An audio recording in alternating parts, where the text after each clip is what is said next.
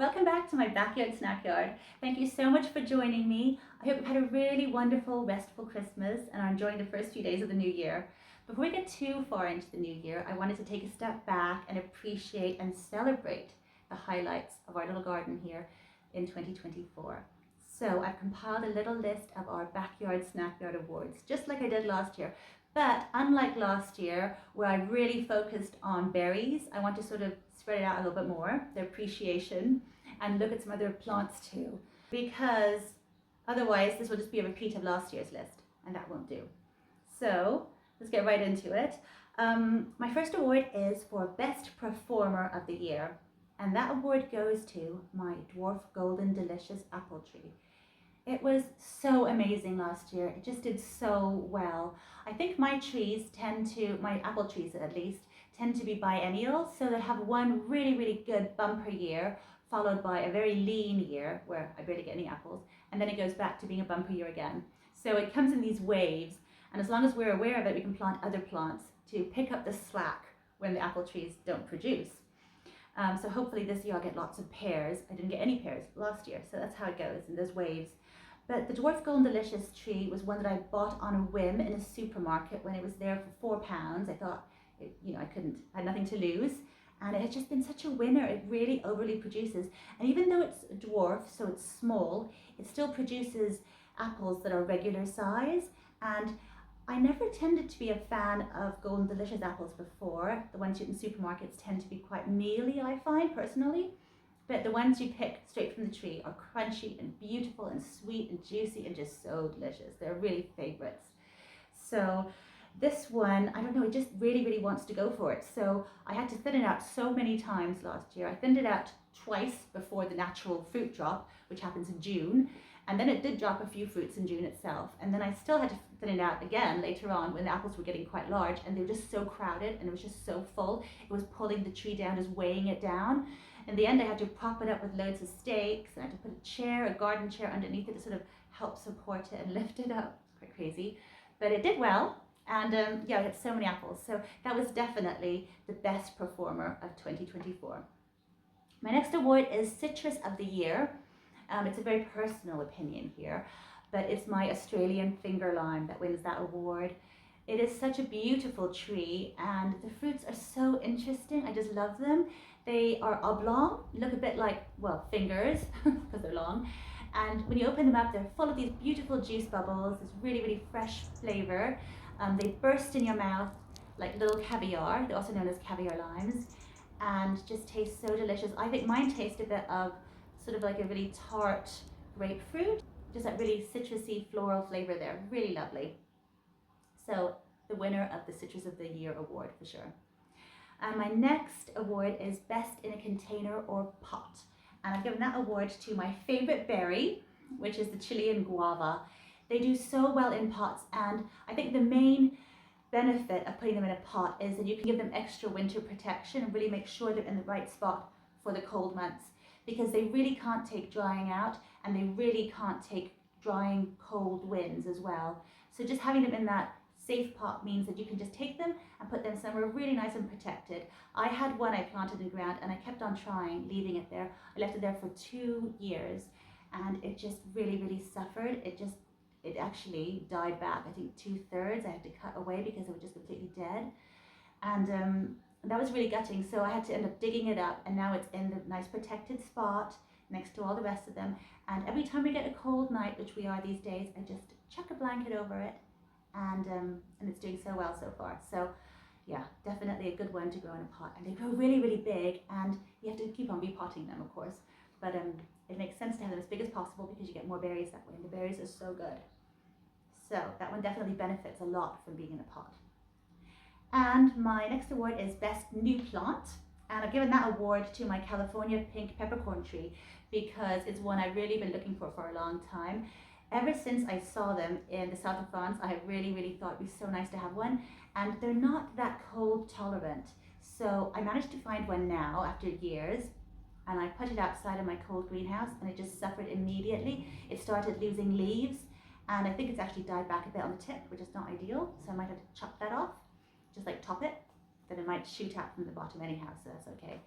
But yeah, they're really stunning trees, and they produce these beautiful pink peppercorns, which are not related to regular black peppers, but they still have sort of a pungent taste to them, and they also are floral and fruity and just delicious and so gorgeous. So I'm not sure how long it will take before I get any peppercorns, but they're still beautiful either way. It's a gorgeous tree, and now it's inside. It's looking a lot more healthy and happy and not losing any more leaves, so hopefully it'll be okay. And my next award is Worth the Wait, and that has two winners. One of them is the Fuchsia boliviana. That is such a stunning plant.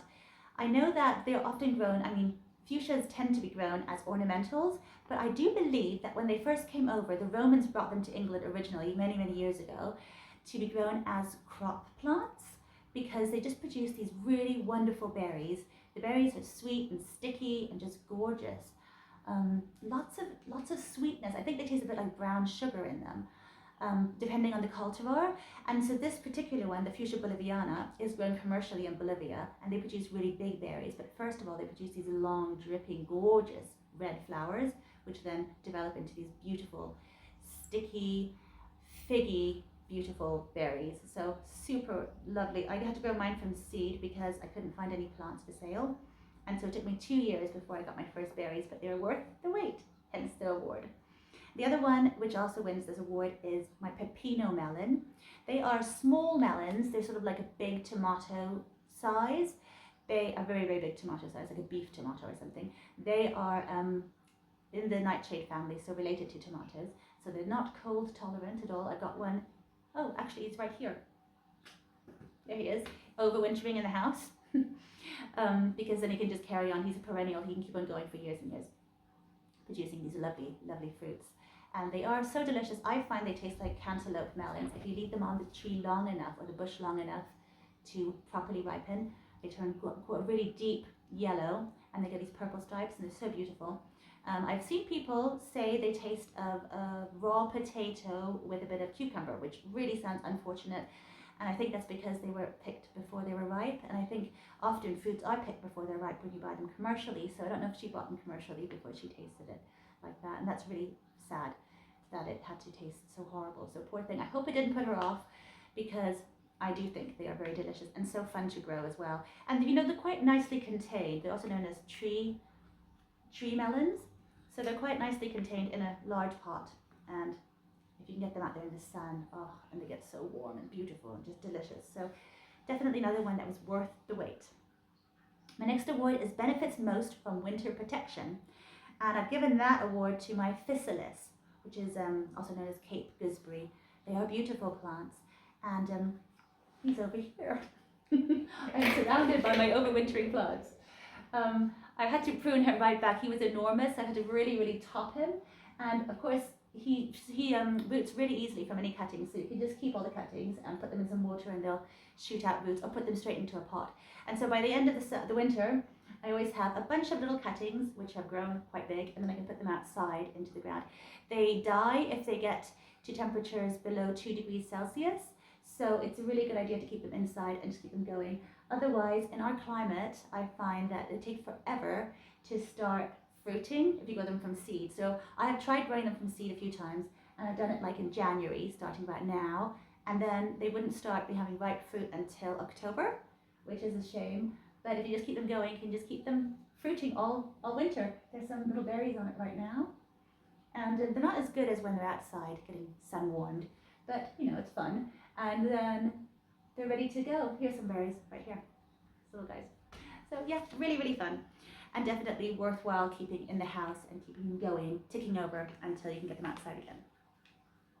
So my next award is Year-Round Interest, and this is one we've already heard about. It's my Chilean guava that's winning again. It's a beautiful evergreen little plant. It looks a lot like a box, so if you want to, not like a box, it looks like a lot like a box. So if you want to grow a little hedge of them, that would be so perfect. I wish I could. It would need to be able to be covered during really cold nights though. That's the only thing here, so I haven't done it yet. But I just think an edible hedge of Chilean guava, that would be amazing. They are so beautiful, and then in the spring they get covered in beautiful pink flowers that just smell like lily of the valley, just gorgeous scent. And then of course you get the berries after that, which sort of develop into a red, or some of them, depending on the cultivar, some of them stay quite green. I found that my favorite cultivar, which has a bit of a citrusy sing to them, is called Kapow. They stayed quite green last year. I keep on saying they taste amazing. They taste like sweets, like Hubba Bubba tropical sweets. So delicious. So they are definitely my favorites and perfect for year-round interest. The next award is the Cuteness Award, and the winner last year was the kiwi berry because they are too cute. But this year I'm giving that award to my cucamelons. I love cucamelons. I want to start sowing some cucamelons soon. They need to get them going. They take a little while to get going, I find. But they are adorable. If you don't know what cucamelons are, you should try growing them. They look like miniature watermelons, but when you cut through them, you see that they're cucumbers. And they taste like a cucumber with a little twist of lime added to it already. So adorable. And they look like miniature melons, so they're also known as mouse melons. And my final award is for most reliable cropper. And that one goes to my 2-timer Sagana yellow raspberry. These are my favorites and they just keep going. They are amazing. So we get yellow raspberries in our garden and in our berry bowls from May through to October, November, sometimes December. Because first of all, they start fruiting on last year's canes. They sort of branch out and you get loads and loads of little berries everywhere. So delicious.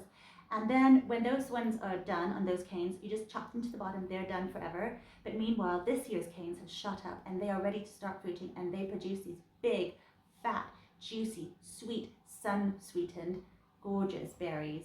And they keep going as well. So, oh, so good. Absolutely my favorite. I would definitely recommend to try those if you haven't. If you want to just grow one berry, I would go for that berry for sure.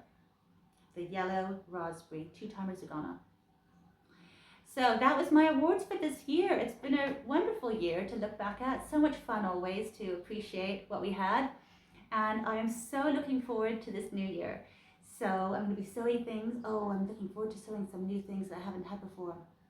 Including, okay, I can't remember what they're called now. They're tomatillos I was thinking about. There we go. I'm so looking forward to growing them. I think I need to start them soon because I imagine they're a bit like thistles and take a while to get going. So please let me know what you are most looking forward to trying to grow for the first time this year or for the second time, or what your favorite thing to grow is.